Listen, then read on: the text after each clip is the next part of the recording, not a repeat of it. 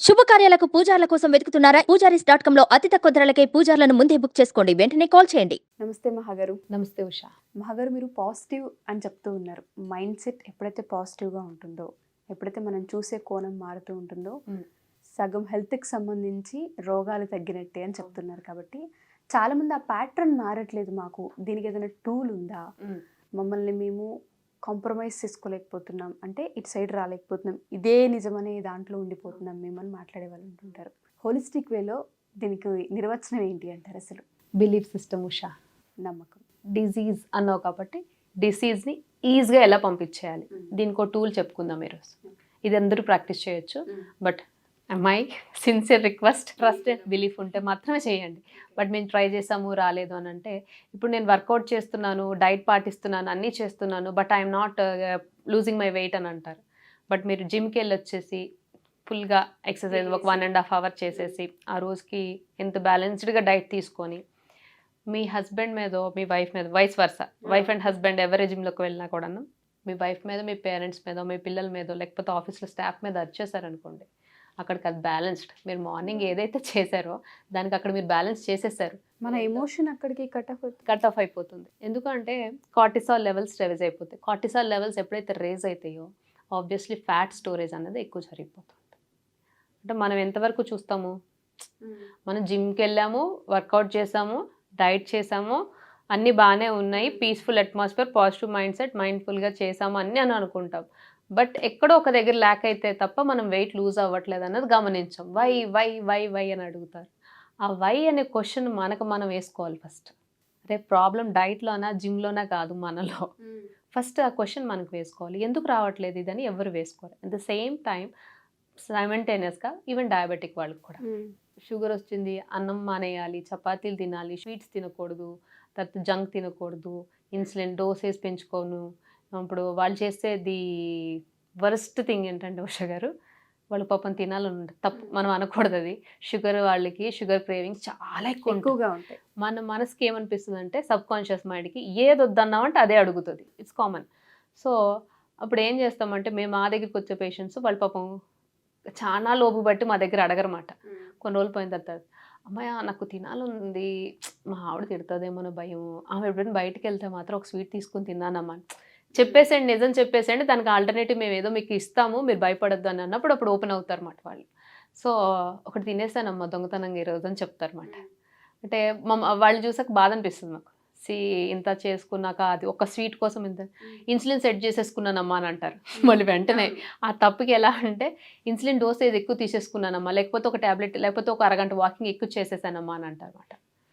So ఇదేంటంటే, మనకి మనం తినాలనున్న మన కోరికని, మన ఎమోషన్స్ని సప్రెస్ చేస్తూ ఉంటాం. సో ఇలాంటి వాళ్ళకి ఏంటంటే, పాజిటివ్గా ఉండండి, పాజిటివ్ మైండ్ సెట్తో ఉండండి, గ్రేట్ఫుల్గా ఉండండి అని అంటే, నా బాధ నేను పడుతుంటే పిల్ల ఏమి ఇవన్నీ చెప్తుందని అనిపిస్తుంది. బట్ అవన్నీ బిలీఫ్ సిస్టమ్ అన్నమాట. మనందరం దాంట్లోంచి బయటకు వచ్చామన్నమాట.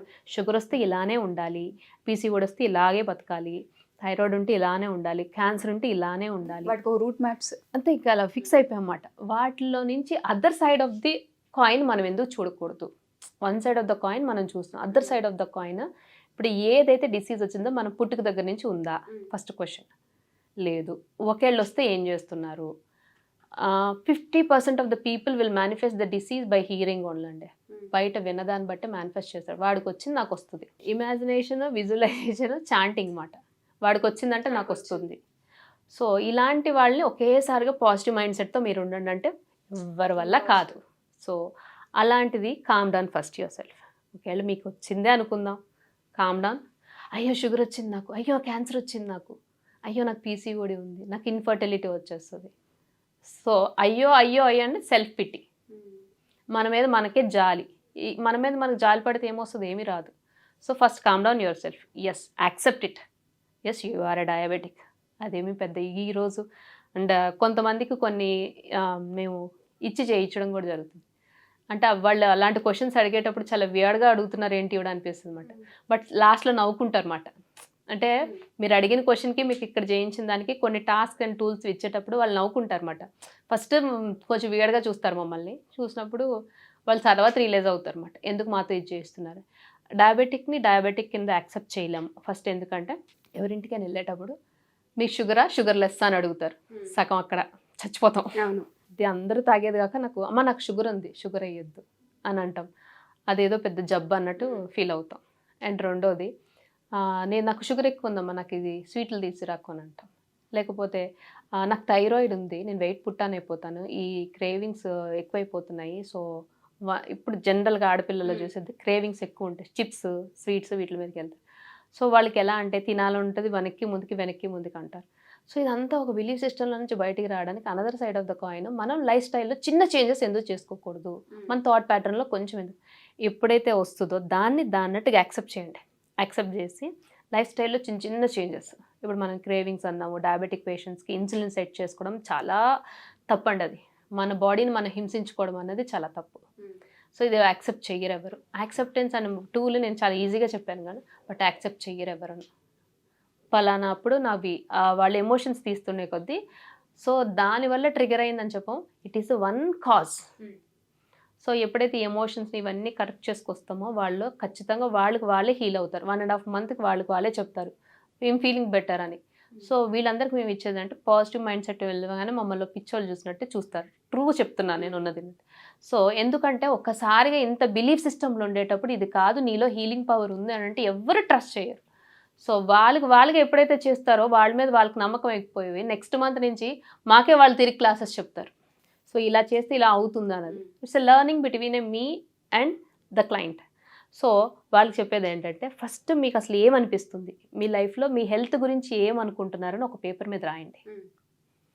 రోజు డయాబెటిక్ అని అనుకుంటున్నారు కదా, సో ఆ డయాబెటిక్ అని చాంట్ చేసే బదులు దాని లెవెల్స్ని, షుగర్ని పెంచుకునే బదులు అసలు ఒక పేపర్ మీద ఒక ఖాళీ టైంలో, అంటే హడావిడిగా ఉండేటప్పుడు కాదు, మీరు ఖాళీగా కూర్చునేటప్పుడు అసలు మీకు హెల్త్లో ఏ రకమైన పాజిటివ్ మైండ్ సెట్ కావాలి క్లియర్గా రాసుకోండి. మనల్ని మనం హెల్త్ వైజ్ ఎలా చూసుకోవాలన్నది రాసుకోండి.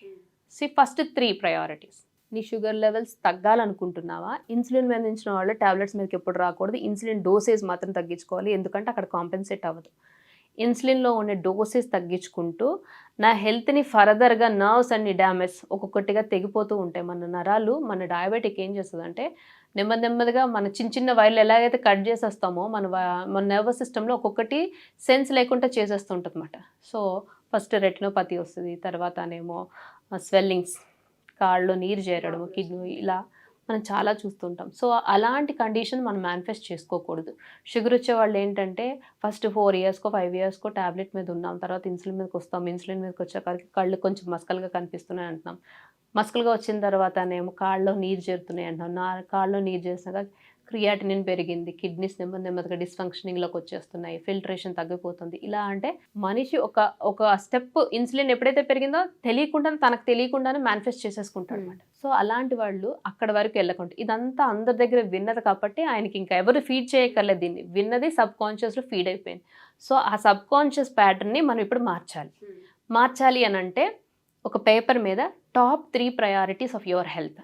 మీ హెల్త్ ఎలా కావాలి అనుకున్నది, ఈవెన్ మీకు ఎలా కావాలో మీకు అర్థం కాలేదు, క్లారిటీ లేదు, ఎప్పుడైతే ఆ నెగిటివ్ థాట్ వస్తుందో ఇంకా పెరిగిపోతాయని అనిపిస్తుంది.